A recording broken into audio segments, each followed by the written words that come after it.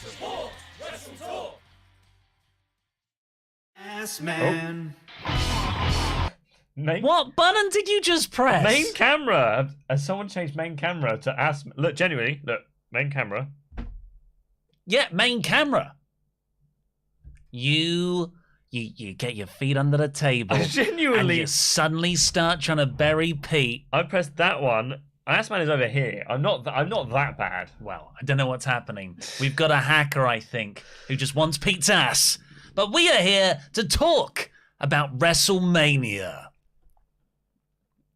Backlash, which was actually a really fun show. It was. There were two matches which I would have said, oh, that was a bit lame, but everything else was really good.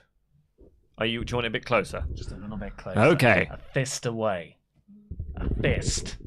There, that's better. I'm Ollie Davis. I'm joined by not the first time ever, really, but sort of making his return to the podcast after the critically acclaimed Randy Games series. It is Andy Datson. Yes, thank you very much. I feel like I spoke a bit too much last week, so I'm going to try and tone it down in this podcast. We were sitting here for about 3 hours last week. I know, and we staring at each other. Places. Yeah, my eyes are still a bit dry. I've been using a few drops over the weekend, but I think I'm okay now. You know, sold it. We will get into that main event very shortly, but first, a word from our sponsors, Wrestling GM. That's right, it's a wrestling game for your phone. You've seen Luke and Pete enjoy Wrestling GM mode on 2K22, while you can play Wrestling GM in a super fictionalized kayfabe world with 500 characters spanning 20 promotions across the globe. In like a sort of, it's this wonderful universe they've created. So many different characters, all with backstories. Not like WWE wrestlers or AEW wrestlers, but new inventions. And you've got your 3 tabs. You can book matches, you can book the promotion, and you can arrange the roster. So you are in full control of a fictional wrestling promotion, and you try and put on the best shows imaginable. Dave Meltzer will rate you, hopefully, if you do good enough. So Wrestling GM, check it out. Every click in the link in the video description below really helps support out this channel. And yeah, it's a really fun game. So go check it out. Luke always compares it to the eFeds back in the eFed days. I think I'm too young for that. Well, I believe it is similar to Football Manager. Oh, well, that's excellent. So if it's like Football Manager but for wrestling, then it's probably the best game in the world. Tell them to click the link. Click the link in the video description below to play the world's greatest game. How was that? That's great. See, this is the start of the chipping away. Now you're on the team. Yeah. Well, I wasn't expecting you to throw to me. Right. So this episode of Sunday Night Raw, aka Sunday Night SmackDown. Yes. It was clearly like defined in the middle. It was like the 3 Raw matches, then the 3 SmackDown matches, when really the main event's actually a bit of both. It was 66%, 67% SmackDown. Yeah, it was, but it was a really good match. I mean, the actual sort of placement of the match for me doesn't make a lot of sense. I don't think it should be in the main event. It's your biggest star, though. It is my biggest star, but if you don't want to put Roman in the main event.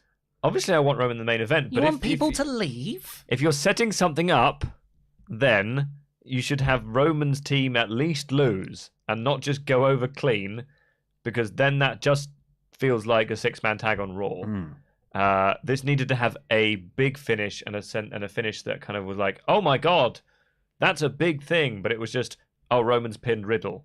It was a good match. It was a really good match. Really loads and loads of fun. Amazing spots throughout. But it was just kind of, I just thought the Charlotte match should have been the main event, because that was a title change, and the biggest title that is on the line in the show should be the main event. Were there any other titles on the line?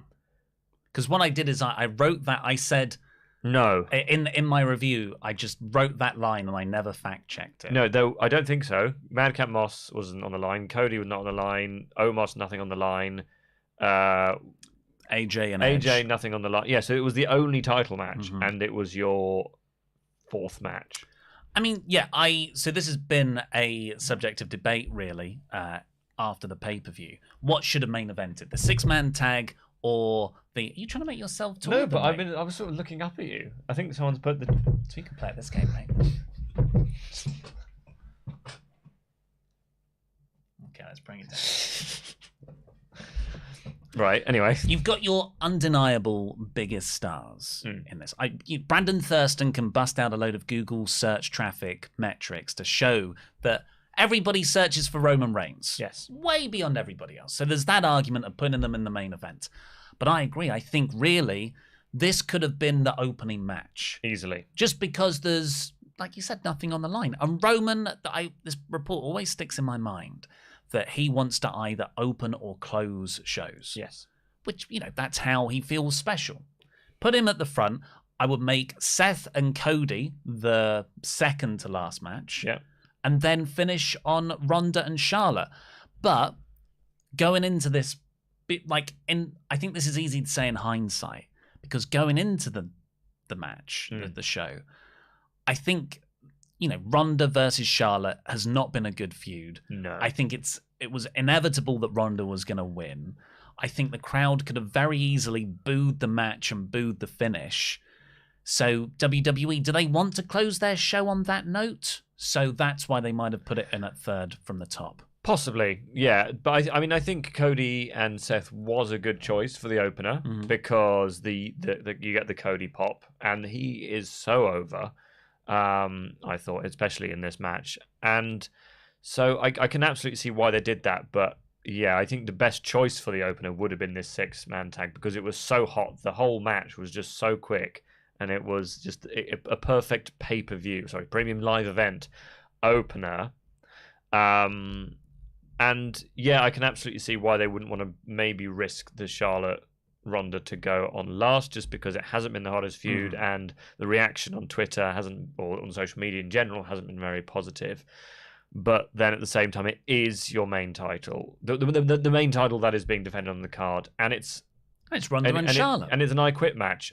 And the moment of having Charlotte Flair scream I quit, that in itself, I think, is a big enough moment to close Backlash. So, yeah. No, I agree. But let's talk about this six-man, and we can discuss that when we get onto the women's match later on. So, first off, why were there grasshoppers in Matt Riddle's flip-flop kicking off AR? Because he smokes grass and he wears he hopped flip-flops, yeah. Which sounds... Do they call them flip-flops in America? I don't know what they call them in America. Sandals. I honestly have no idea why they were grasshoppers. I don't know. I mean, to be honest, his AR has usually just got random stuff in it. It's just birds. Yeah, but now it's grasshopper. So I'm sure someone in the comments will tell us why. Shine, grasshopper, shine. Is it kind of like a, young grasshopper? He is the protege. We do say flip-flops. Andy is doing so great. All right, well, you don't need to read out those ones with because grasshopper they sound ones. Like snakes. Huh? They sound like snakes. Well, that can't be it. Snakes are famously. I do need glasses. Yeah. Yeah. Well, don't try and read that very small text. I've ordered them. We don't know why grasshoppers were there. Is it an RK Bro thing? Was it a Drew McIntyre thing? I don't know. But there were 10 minutes of entrances. Every match. There was 6 matches on this card, and every single one was half entrances. Yeah, loved it. It was 2 hours 53 minutes. This pay-per-view premium live event flew by. It did, especially as you could kind of skip the recaps quite a lot. Yeah, and the weird not ad breaks that they have after every match. Here's that Bobby Lashley promo you've seen every month since November. here's what happened on the pre-show, which, by the way, was nothing. There was an hour-long pre-show. Yeah, I loved it. I just skipped through to make sure there were no randomly announced matches. Yeah. But this was an excellent match in terms of a six-man. Just so much excitement from the get-go. And it was based around Roman and Drew in opposite corners, and Roman's not tagging in. Like, he did tag in at one point, but then didn't go for Drew. He just tagged out to an Uso. And there was this great sort of hope spot where it was Riddle who's been worked over, because of course he was, and an Uso is knocked out. So Roman just drags the Uso out, puts him into the corner to tag in, and he tags in. But by that point, Riddle tags in McIntyre. Yeah. And you've got that great moment where they finally meet. Hockey fight, really hot, really hot, really good stuff. Yeah. But for me, it was Randy Orton's pop and Randy Orton's interactions with Reigns that were far more interesting. Yeah, and a much more... I mean, Drew's definitely over. But especially the moment where Randy hits the RKO, it was huge. Because I think people genuinely bought into that as either a very near fall or the finish. So, yeah, I've seen Drew versus Roman a lot. And I haven't seen Randy versus Roman quite so much. I don't think that's the way they're going to go at all, but you could definitely see it happening in the near future just because of the way, just simply in this match, in this 20 minutes, their interaction was much more gripping than pretty much anything else, although it was a fantastic match. Well, it's just, if you look at Raw this year, Orton is by far the biggest star on there. He gets the biggest pops. He had the, career appreciation night 2 weeks ago. I think, even though he's the tag team champion, I think there is a definite argument to ride this wave of momentum and make Randy Orton your main challenger for Roman. I mean, maybe, because the subject of this podcast is what is next for Roman, because they have not done a good job at building up anyone to the Goddle. So you've got in this match, Drew McIntyre was always the obvious choice. He was facing him on the European tour. They've started feuding on SmackDown. But now I'm like, but what if they choose Randy instead because of this? Or why not just go with both guys? Because he's got 2 belts. True. A triple threat would be a lot of fun inside Hell in a Cell. I think a way to elongate the feud as well. It is. I mean,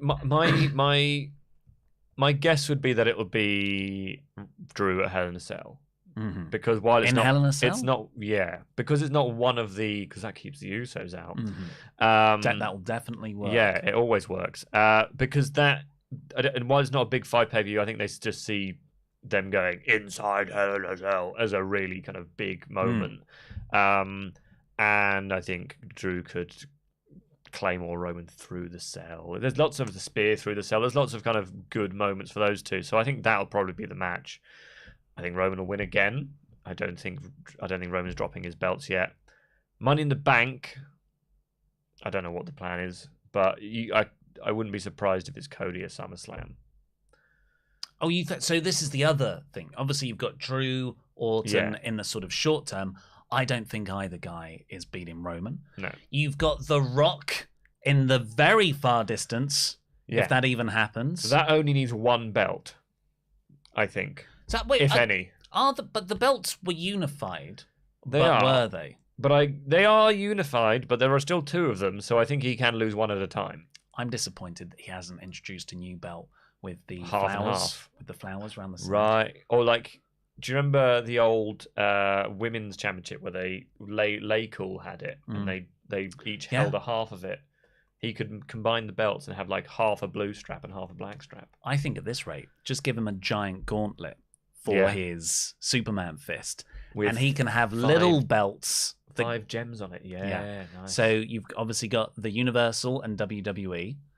The Usos can put in their tag belts, and need 1 more. He could win the 24/7. He can create a belt, the Goddle Championship, and no one will the ever head of the beat table him. belt. Yeah, because he's on another level. Yeah. There's your fist. Yeah, and then throughout the match, he stores them all up. and Superman Punch win. Yeah, perfect. So I think you could have Drew, Hell in a Cell, Randy, Money in the Bank, and then SummerSlam. One match. Yeah, That's a 3-match program you've just blown through. but I know, but Hell in a Cell for WWE tends to be the big one. That's a feud starter. Start with a Hell in a Cell, follow up with a Falls Count Anywhere, and you end on a straight-up singles bout. It's a tale as old as wrestling logic. The final one's the Last Man Standing, surely. No, that's too... No, you need to strip away the Right, stipulations. okay. Yeah, fine. Well, maybe chuck an intergender match in there. What I think will happen is that it will be lots of Drew matches. What I would like for it to happen after this is for Randy just to get a match in there, lose it, but I think that's a good match for Money in the Bank, especially given how over Randy is at the moment. Well, whatever happens, I think we'll have an Autumn McIntyre thing with Reigns through the summer. Of course, we've got the UK pay-per-view at the start of September. Makes sense for Drew to be in the mix there, but I could also see Drew splitting off to have the Tyson Fury match if that's on the cards. But the other big news coming out of this pay-per-view is it news? Is it just a weird slogan that WWE are using to promote Money in the Bank? Or is it the new hot thing for WWE? And that is, they announced Money in the Bank. It's taking place at the Allegiant Stadium, which is where SummerSlam took place last year. Huge venue. And they are billing it, probably as a way to make it more important, as the winner of the Money in the Bank briefcase could main event WrestleMania. Yeah, but that's not what they said. What did they say? I'm pretty sure Cody said the winner, Mr. and Mrs. Money in the Bank, will main event WrestleMania. Will main event. That is what I said in my news. Yeah. Well, it was definitely very... And, of course, Money in the Bank winners could always main event WrestleMania, depending on when they do it. But that's always been a Royal Rumble spot. So, are WWE actually finally going to commit to something long-term? And Cody was the guy who announced this. We've been saying, since the reports first broke that Cody was going to WWE, that a Money in the Bank win could suit his character really well, especially if he announces it in advance. So Cody wins Money in the Bank and says, I'm going to face you at WrestleMania, Roman Reigns. I think that works, sort of. Because I think if you're going to have Roman versus The Rock, that should be his only match of the weekend. Because I think if you've got two matches, that completely dilutes it. Well, I think more and more that The Rock isn't going to turn up. Yeah, I mean, it's very unlike WWE to be going, here is a gimmick, and we are committing to this 10 months out of WrestleMania. If the rule is that you win Money in the Bank, you get a guaranteed main event, that means they need to decide who is going to main event WrestleMania now, and it has to be the person. So presumably it'd be the women's one on the first night, and then the men's one on the second night. So you have to, unless The Rock comes back for Money in the Bank. The Rock could win Money in the Bank. He could win Money in the Bank, but it means that you have to decide now who what your women's match for the first night is going to be. And it actually makes it more important than the Royal Rumble, because the Rumble gives you a title shot at WrestleMania. It doesn't give you a main event at WrestleMania, because obviously Ronda won. When I was writing the news earlier, I was like, is it the same? No, it's different, because Ronda won the Rumble, but she was in the penultimate match this time. Main event could mean 4 or 5 different spots on the card. A main match. Do you think that kind of dilutes the Rumble's appeal if the briefcase is now doing the same thing? Possibly, but it's still my favorite match of the year. So I think it's still got the same mystique and everything. But I hope it's not the case that this is for the main event, because I like the gimmick. I know they haven't done it very well, especially with the women, where they just win it, and it is basically how quickly can you cash this in. But to actually have, and I want a heel to win it as well, so they can hold it and be threatening, because I actually really like that gimmick, but unless they sort of just use it as a battering ram for several weeks. But when they do it properly, it's really good. So I hope that they haven't just decided, oh, we can't be bothered to have that anymore, so we'll just give them a match in 10 months' time. Maybe it's just a one-off thing, just to see this year, because maybe it was part of whatever story Creative and Cody came up with when Cody agreed to sign. But Money in the Bank has been rubbish for 5-6 years. When was the last relevant one? Can't even remember. Who won it before Baron Corbin, when Corbin tripped getting into the ring with Jinder? That was 2017, 2018. So we're looking at 5 years of nonsense here.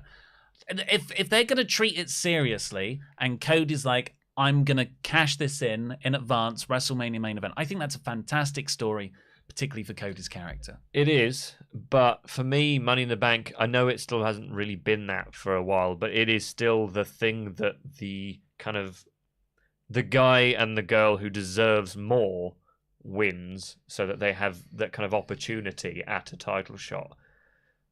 But I think if you make it so that the only people who can win are people who can also main event WrestleMania, you really limit the pool of potential winners. Because I want to go into the Money in the Bank match thinking, oh, could Chad Gable win this? Could Finn Balor win this? But if you make it for that main event spot, I'm thinking, well, could Cody win it? Could Brock Lesnar win it? So I think it really limits the amount of people who actually win it, because it's like Cody, Brock, The Rock, Charlotte, Becky. I think Seth Rollins, Kevin Owens, Cody. I think you could do really packed. You could put them in there, but I don't think any of them have got a chance to win apart from like 3 people for like to actually main event WrestleMania. I think you're looking at Money in the Bank with rose. I am, because I really like it when it works well. Because this is never how it goes. I know it's not. And when someone does win that you don't expect, like an Otis, it doesn't pan out the way you want it to. But that means that there will be no more Otises winning, which yes is fine because the story was crap. But at the same time, I like the shock of, oh my god, that person's won. It is fun, but it's also like just slamming your head against a door. But yes, Roman won, speared Riddle in this 6-man, and Randy and Drew were just sort of taken out by the side. Nothing was built. Really fun main event, but ultimately, a bit of treading water there for the pay-per-view. Let's see what people thought on the Ultrachats. WrestleTalk.com/support. Get your Ultrachats in there. We'll read out every single one of them over $5. Riot DR says, if RK Bro were to lose the Raw Tag titles as a direct result of Roman Reigns, leading to Randy Orton versus Roman Reigns, I would not be upset. Theory needs more challengers, so Riddle could do that. Hope all is well. Jam that jam. Yeah. That means RK Bro would have to kind of not break up, but definitely go to separate bits. Yeah, and I don't want that yet. And I don't know when I'll be ready for that, because I really like them. I think Randy Orton could sort of simultaneously feud with the Usos and Roman in the same way that Roman could be split across Orton and Drew. It's Riddle at ringside with the 2 belts, just kind of as his cheerleader. I don't think you need to split them up. Riot DR again. Hey, yo. I like the Intercontinental Championship. Remember the Intercontinental Championship? Remember Ricochet? Nope. Gotta make room for the Nigerian Giant versus the Almighty and Corbin versus Moss. I did groan a bit when they were. His name is now the Nigerian Giant Omos. Of course it is. I also hate them saying Seth frickin' Rollins as if it's his name. Yeah. Mayor of Painesville, Dan. Hello, Andy. Hello, Ollie. I can't watch this live, sadly, because I'm waiting for my parents to arrive to celebrate a little bit. Was it Dan's birthday today? I saw him put on Twitter. So that's 28. Yes. So happy birthday. Happy birthday, Dan. Happy Geburtstag. I do not even have favorites anymore in WWE. They fire them all. So I don't care too much who wins Money in the Bank. Would be happy for Cody. And finally for now, Amanda Savage, who's been a Memberg for a whole year.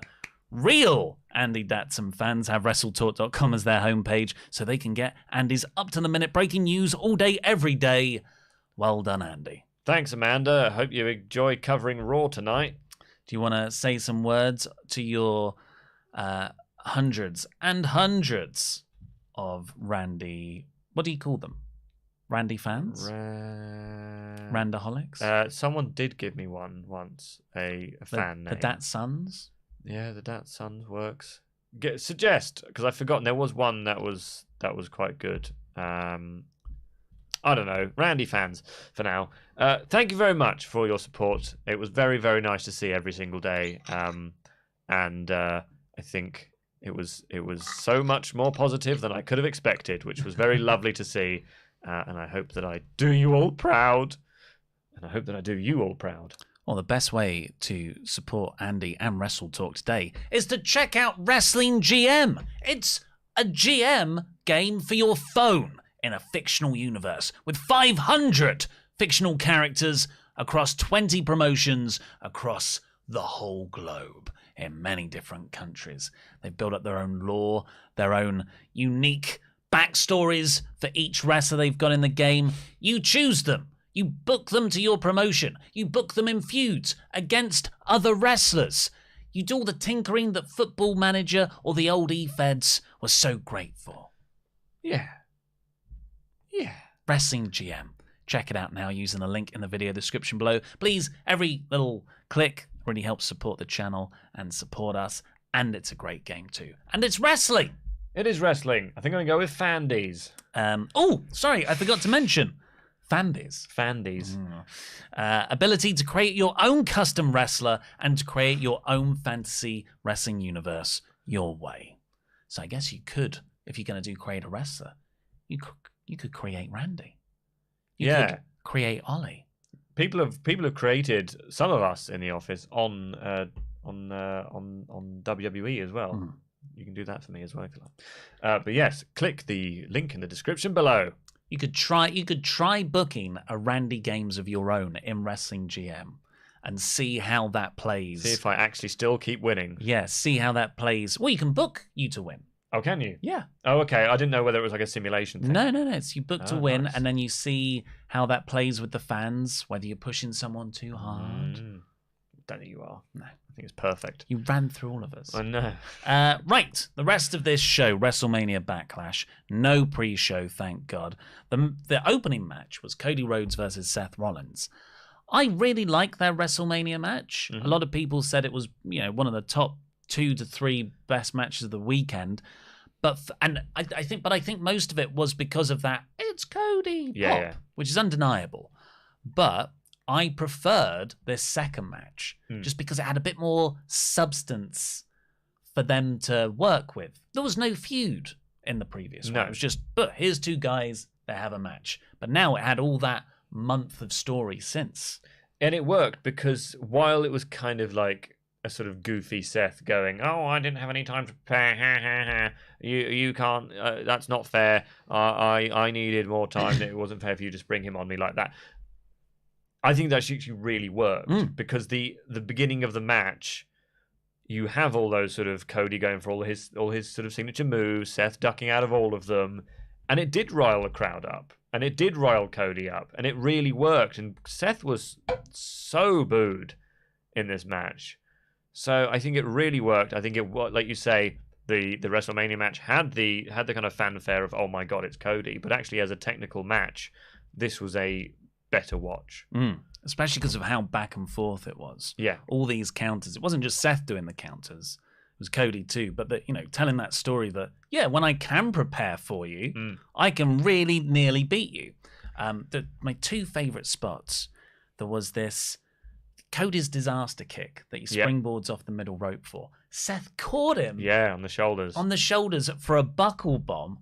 Awesome spot. Yeah. And the second one was this excellent near fall where it was the old Seth superplex straight up into the Falcon Arrow, but Cody counters that into a crossroads. And then I thought that was the finish. And Seth, you don't really know if he was just passed out and it was luck or it was intentional. His foot was on the ropes for a great near fall. It was. And it was, because it didn't feel like they'd kind of done it really on purpose, sort of like, oh, we better do this move over here, and then I'll kind of push Seth a bit so he can put his... It felt like he was just collapsed, and that his leg just happened to fall onto the rope. And I think that's testament to Seth, who's...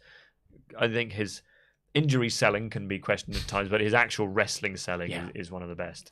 But how did you feel about this finishing in a roll-up? Right, yeah, so this is a curious finish. But, usually when we come out of wrestling WWE shows, we're like, this is stupid. Here's all the reasons why it's stupid booking. Usually great matches, bad finishes, when the creative starts to get in the way of themselves. But here, I was like, I want to see where this goes. I don't think it's bad. No. I mean, they're obviously turning him heel because he's got so much heel momentum now. Give it time. No, I think it worked because Seth tried to do it immediately beforehand. So this was the O'Connor roll pinning combination. And I think it's kind of allowed because he's like, hey, I'm not a heel, but if you're going to try that, then I anything you can do, I can do better. So Seth grabbed the tights, and then Cody reversed, and Cody. And then it's again it kind of built into that whole story of like, oh, you weren't like, you can prepare as much as you like, but I can still kind of counter your move. Well, I agree. I don't think it was a heel turn, far from it. Although it's a month into Cody's run now, and I am seeing more and more people go, I'm not so into this. So there is a part of me that's like, oh no, would the same thing happen to Cody in 2 months' time? No. I don't think so. And I think they're going to, well, as in... Imagine if they announced the Money in the Bank cash-in, whatever, 9 months out, whatever it is, and then people start to turn on him. Possibly. I wouldn't be at all surprised. I mean, I think his run's been really good, and I really respect him as a performer, but I wouldn't be at all surprised if in his contract he was like, oh, I'm a babyface until at least next WrestleMania. And no matter what, you can't make me a heel until whatever. But I like this finish. I thought Cody came across as a smart babyface, not one of those, oh, the guy's trying to cheat. Yes. What? So I like that. Plus, I think if you look at this match, the rest, it's a really artistically structured mirror image. Well, the story is anything you can do, I can do better, or I've got counters to every move you have. Yeah. But then you look at it, they both tried pedigrees. Yes. Seth hit one. They both tried their top rope moves. They both missed them, the Phoenix Splash and the Moonsault. And then at the end, they both try this cheating pin, and Cody got the one up. Yeah. So there is kind of an element of this is still a draw right now. But even though Cody won twice. Did do an interview with WWE.com afterwards where he said, I think we can basically draw a line under Seth now. Yeah. I'm moving on. I want the belt. I've made that very clear. I did the whole thingy after the match, so I'm hungry. Yes, that's feed me more. I think it is. Yeah. So I would be very surprised if we get another Cody Seth match, simply because I don't think they would have aired that interview if he was like, "Oh, I'm done with Seth," and then tomorrow we have another Seth versus Cody match. I'd be disappointed if they went back to it soon. But that's not to say later this year or maybe at the start of next year, Seth can't go, no, actually, I want to main event WrestleMania. I wouldn't be surprised if tonight Cody opens the show by entering himself in the Money in the Bank match. Even though Hell in the Cell's the next pay-per-view. Yeah. I think, I don't know whether you could keep Cody off a pay-per-view for now. No. But I think that would be, given that they've started advertising it and given that they've maybe got this new stipulation, he might come out, kind of expand on what he said, and then he goes, and I want to declare myself. By the way, Vince told me last night that beating Seth, I've actually qualified. Well, I could definitely see Seth come out and say, if you want to get Money in the Bank spot, you gotta beat me at Hell in the Cell. You gotta climb a ladder. Well, very good match though, and excited to see where Cody goes, and ready for Seth to do something different. Yeah. After that, we had the worst match on the card, quite comfortably. Although it was still quite impressive for Bobby and MVP. I thought they both were very good, but Omos, hot damn, cannot wrestle. which is quite important for a wrestling show. I've seen a lot of people say, look, he's bad, but he's not as bad as the Great Khali. I think he can run quite quicker than the Great Khali, but in terms of actual moveset, there is no difference whatsoever. He is a lumbering giant who has had several years to learn more than 3 moves. I know that Vince likes his giants to only know 3 moves, but he's not good. And it's not... If you're going to book him, I think he just needs to win. And you may... he did, but he MVP cheated for him. That doesn't make him a dominating giant. That actually makes him like the guy who gets the sort of cheating heel. And like I wasn't really watching when the Great Khali was around. I mean, I see quite a lot of the matches since, but was his manager like cheating for him? Because I don't think he was. I think he was kind of being annoying, but I don't think he was like hitting people with things. I think it distracted the referee a fair bit. It's totally counterintuitive ways to book someone strong. Yeah. So it isn't working. And when he was wrapped up in the ropes, he looked like, oh my god, I'm terrified. I'm like, all the visuals for me were so off, and I don't want Bobby Lashley to be buried by just losing immediately, but at the same time, I can see this being a Hell in a Cell match. Oh god, yeah. There's definitely going to be another rubber match after this one. Yeah. MVP hit Lashley with the cane, and that's what it's got to be cane. Yeah. That's what turned Bobby into an Omos tree slam. Yeah. Omos did take a bump. It wasn't a very good one.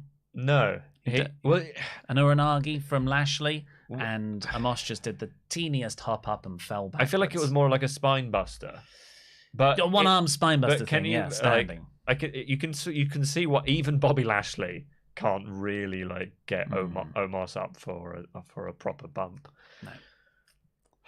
Yeah, it was the worst match on the card, and I don't like watching his matches. Watch him again and see whenever he sells. He just does this. Yeah. That's his version of selling. He just slightly turns his shoulder towards the no. After that, we got the Money in the Bank promo, which we've already covered with Cody. Then we got AJ Styles versus Edge, which was another match I enjoyed more than their WrestleMania match. And I really liked their WrestleMania match. Yeah, I really liked this match. I really enjoyed Edge's kind of working over the left shoulder, because that's obviously the shoulder that he separated. I think Edge is one of the best heels in wrestling history. He's got fantastic facials. The match itself was actually just a really good match. The ending, while predictable, was great. I don't think it was predictable. So here's I know what you mean. Yeah. So here's what happened. They wrestled a really great match. Damian Priest walks down to distract AJ when he's on the top rope. Yeah. Damian Priest should not have been there at all because he was banned from ringside. So what's the point? But Finn Balor runs down to take him out. They brawl into the ring and out. Referee is distracted by them. Hooded figure pulls AJ off the top rope.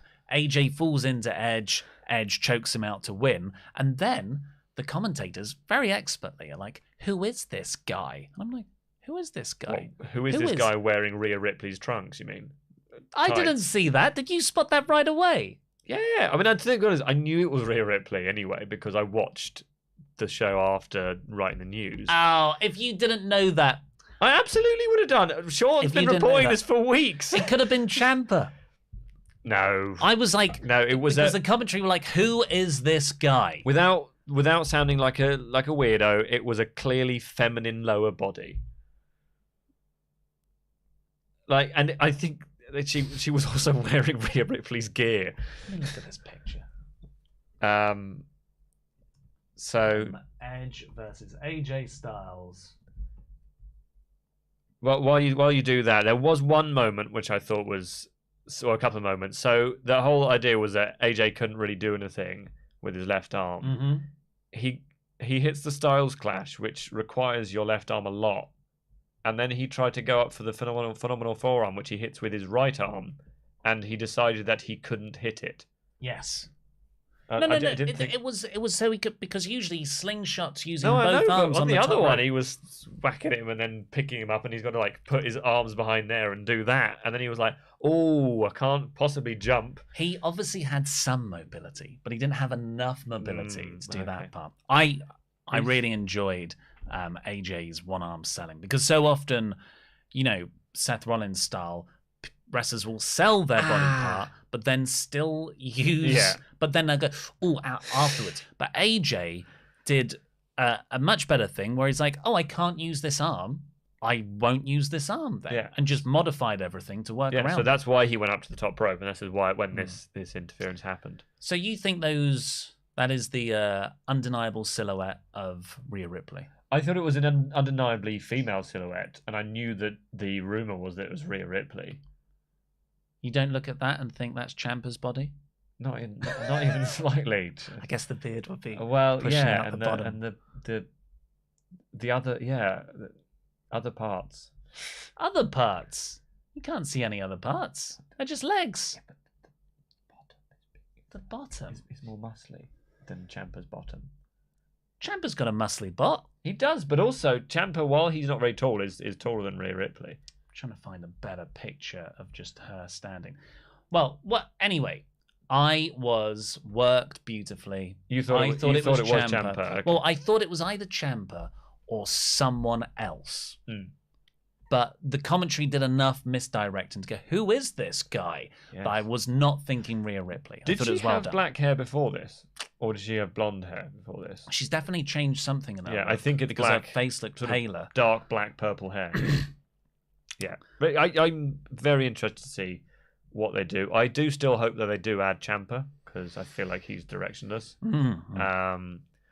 I could easily see this turning into Rhea winning the belt from Bianca. Yeah. And I would love that. I think that's a great way to make House of Purple look really good. Because the part of the House of Purple is that you've got kind of Edge as the sort of spokesperson and everyone else is very quiet. And unfortunately, Rhea Ripley, while being a fantastic wrestler, when she's given scripted content, is not very good at performing. It's not engaging. No. Yeah. Well, if Edge can make that argument from a kayfabe perspective, like Priest, Ripley, you were floundering. You come to me, and then all of a sudden, boom, women's champion. Yeah. I don't know what, maybe Priest and Ciampa could win the tag belts, something like that. And then there's like an argument that Edge should face Roman. Yeah. Spear against a spear. Spear versus spear. And then all you need is Mace, T-Bar, Mustafa Ali, and go, oh man, we didn't make this work, but you can. Really good match by itself, and an angle on a pretty a show that really didn't progress any stories. Yes. This was a really exciting beat And in the House of Purple and Judgment Day. Especially a show which didn't have Bianca Belair on. You still kind of had a women's angle for Raw.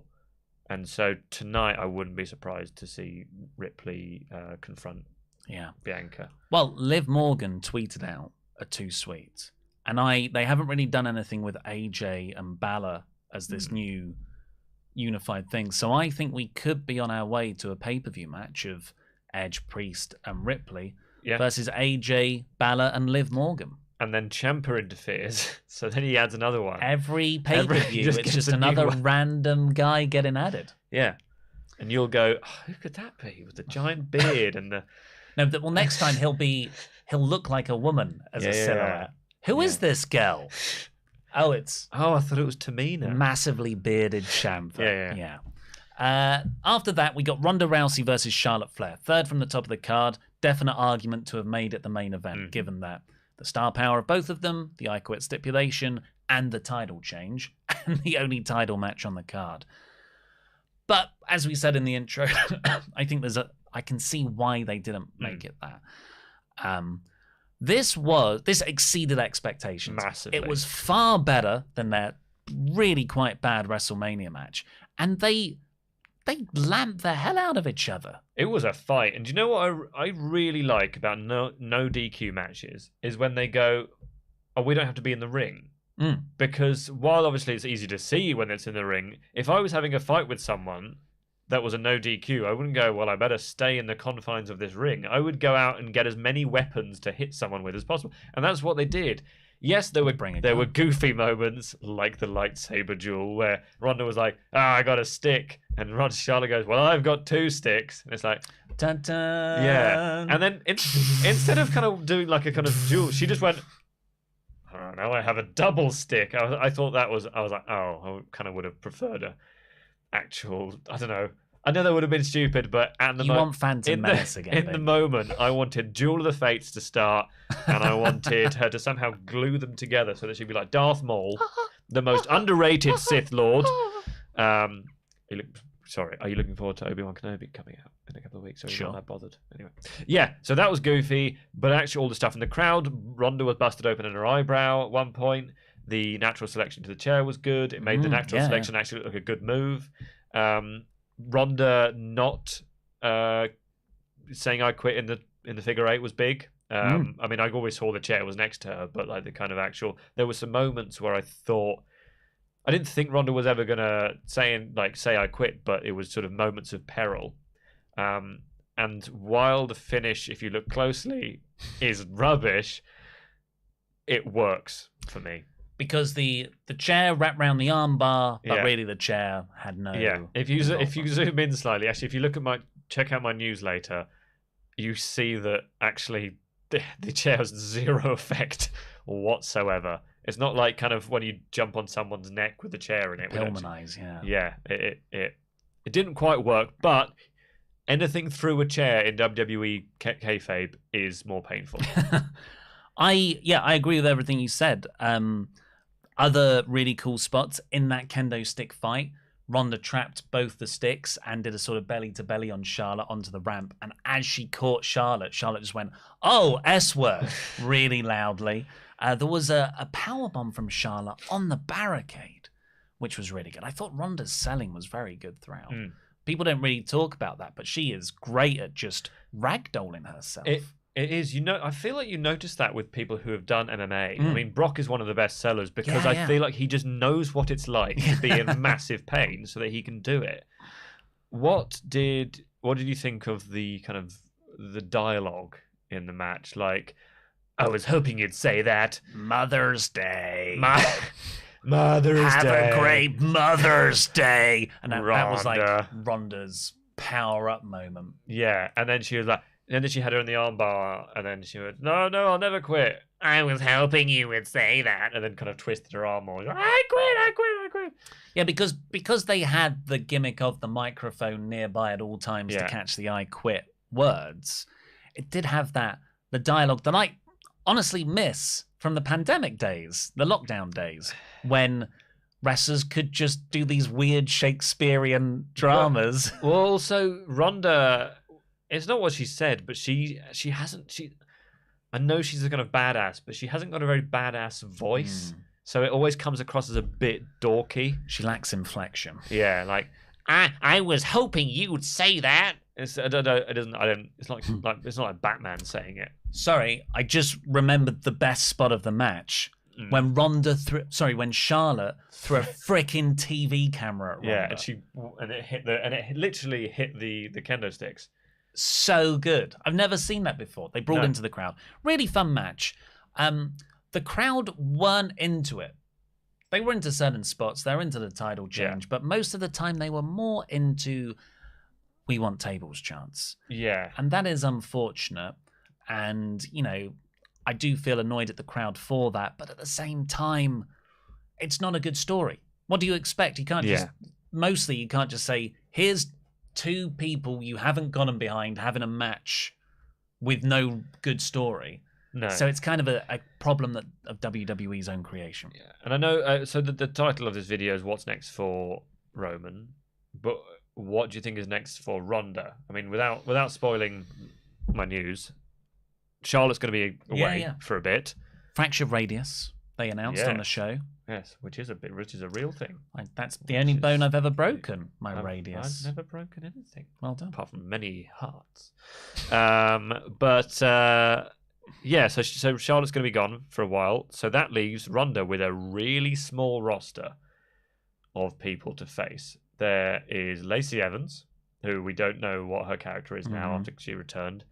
There's Aaliyah. Mm-hmm. I don't think it's going to be Aaliyah. We've got Sasha and Naomi, who are Tag champs. tag champions, but I could see probably Sasha running another thing with Ronda, and then you've just got a sort of handful of others who, if they face Raquel, but I don't want it to be Raquel because Ronda's going to win immediately. And I mean, if you remember Ronda's first run with the belt, it was kind of 2-minute matches where she would kill everyone, and luckily you do have fodder on the SmackDown roster, but you've only got 11 people, and one of them Charlotte. She's not there, so you've actually only got 9 people who can challenge Ronda for the title, and one of them's Aaliyah, and one of them is Natalia, who's spending most of her time on NXT. So I don't know what she's going to do unless it's just a rerun of just beating everyone in 5 seconds.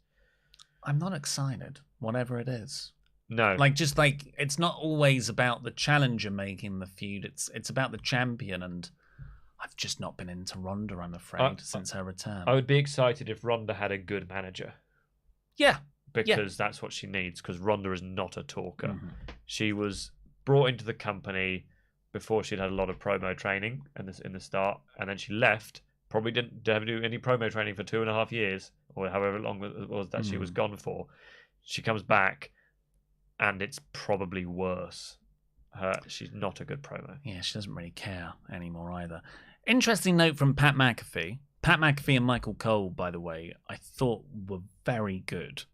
Yes. I can't believe how good they are. Did you hear Michael Cole no-selling the Fiend? Well, yeah. So Pat McAfee in this match, 1 hour 47 minutes 54 seconds in, if you want to hear it. Pat McAfee says, "Is that the Fiend in the front row?" Yeah. There was a kid wearing a Fiend mask, and Michael Cole just goes, "No, I'm not even going there." And he just goes, "Oh wow, look at what Ronda's doing." Pat is trying. He is. He's a cheeky chappy, isn't he? When I saw the headline of that this morning, I was like, "Oh, that's a good one for the news." And then I was like, "Oh no, it's not. It's just Pat being Pat." I was like, "Oh no, it's not WWE teasing anything." And the final match we'll talk about, because we've already covered the main event, was Happy Corbin versus Madcap Moss. Here's what you need to know. There was a guy wearing a hook shirt in the front row. Yeah. That was fun. Baron Corbin has learned a new move. He hit a senton splash. That was one of the most bizarre things I've seen this year. That Baron Corbin has done a new move. Yeah. Well, he's got his 8 moves of doom. I think he has one of the best move sets in the company. He does. His chokeslam is incredible. Chokeslam's very good. The deep six is wonderful. The sort of slide round the post is good fun. And now we've got the senton. Yeah. He was never going to win. He's dressed like a 19-year-old English man in sort of Napa. Oh, so you think, based on dress sense, Madcap Moss was going to win with his bright yellow suspenders? Yeah, his as Luke says, his Misty from Pokemon cosplay. Yeah, sexy Misty. Adult Misty costume. Could she be any sexier? Yeah, I really hope this is the start of him losing Madcap. He can't be called Moss because that's too IT crowd for me. And Moss isn't a cool name. Riddick Moss, yes, it's very comic book, but actually it's a good wrestling name. Yeah. And Riddick Moss is a good wrestler, I think. Yeah, generally. It's okay. It's got promise. So I hope this is the end of this, because this match, other than the Omos one, was quite boring. Well, I definitely think this is continuing, just like the Lashley and Moss match. Moss, that's confusing, actually. Moss got a sunset flip pin on Happy Corbin, but unhappy Corbin, whatever he is now.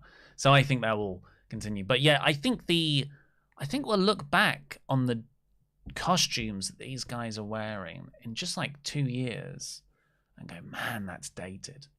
What a stupid era of WWE that little mid-card bit was.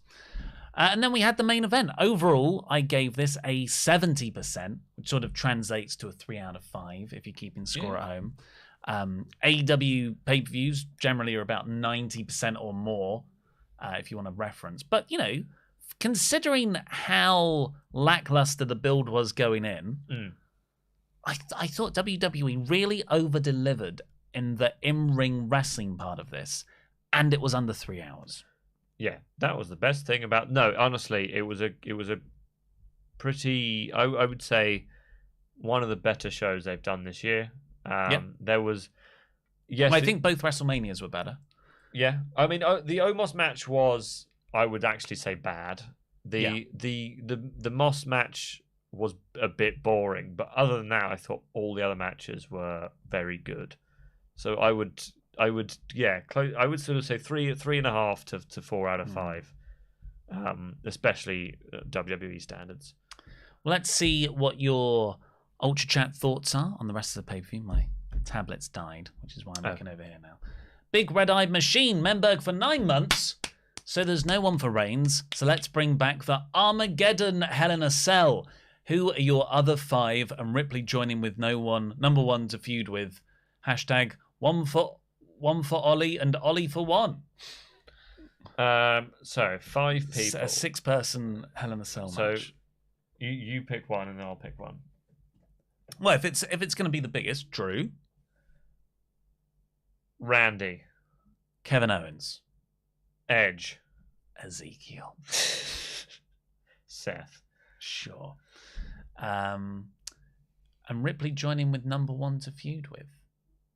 I don't know what that means. With no one to feud with. With no one to feud with. And Quality Greed, Andy making this podcast watchable. Well done, Andy. Originator of Jam That Jam. Well done, Andy. Best website writer. Well done, Andy. Best news presenter. Well done, Andy. And best intangible of them all. First ever Quizzlemania champion. Well done, Andy. Well done, Andy, I guess. And that's all the chats we've got for today. So, WrestleMania Backlash, not really that exciting show. The live reaction stream we got, the figures there were pretty low as well. So just unsurprisingly, not a lot of interest in this 6-match card with only 1 title on the line and no real storyline progression. Yeah, I was going to say, and the matches were good, but actually there's not a lot to talk about coming out of the show, other than the sort of stuff we are making up ourselves. But, the Cody stuff, all the matches were good. Really excited about Ripley in Judgment Day. Yeah. Cool. Well done, WWE. It wasn't actively bad. No. Please support this channel and check out Wrestling GM. The link is in the video description below. It's a great game, like Football Manager or the EFED games of old, where you can book a fictional wrestling universe with over 500 characters, 20 promotions, and even more stuff around the world. 3 booking things, you said earlier. Yes. You've got the Fight Card tab, where you book the matches. You've got the Corporate tab, where you deal with the backstage happenings in your promotion. And you've got the Roster tab, where you arrange your promotion's wrestlers, who they are, signing, booking them feuds, title matches. It's a really, really good game. So please check them out using the link below. But for now, I've been Ollie Davis. This has been Randy Andy Datson, who is preparing to press the end stream button. Yep, I got it. Jam that jam.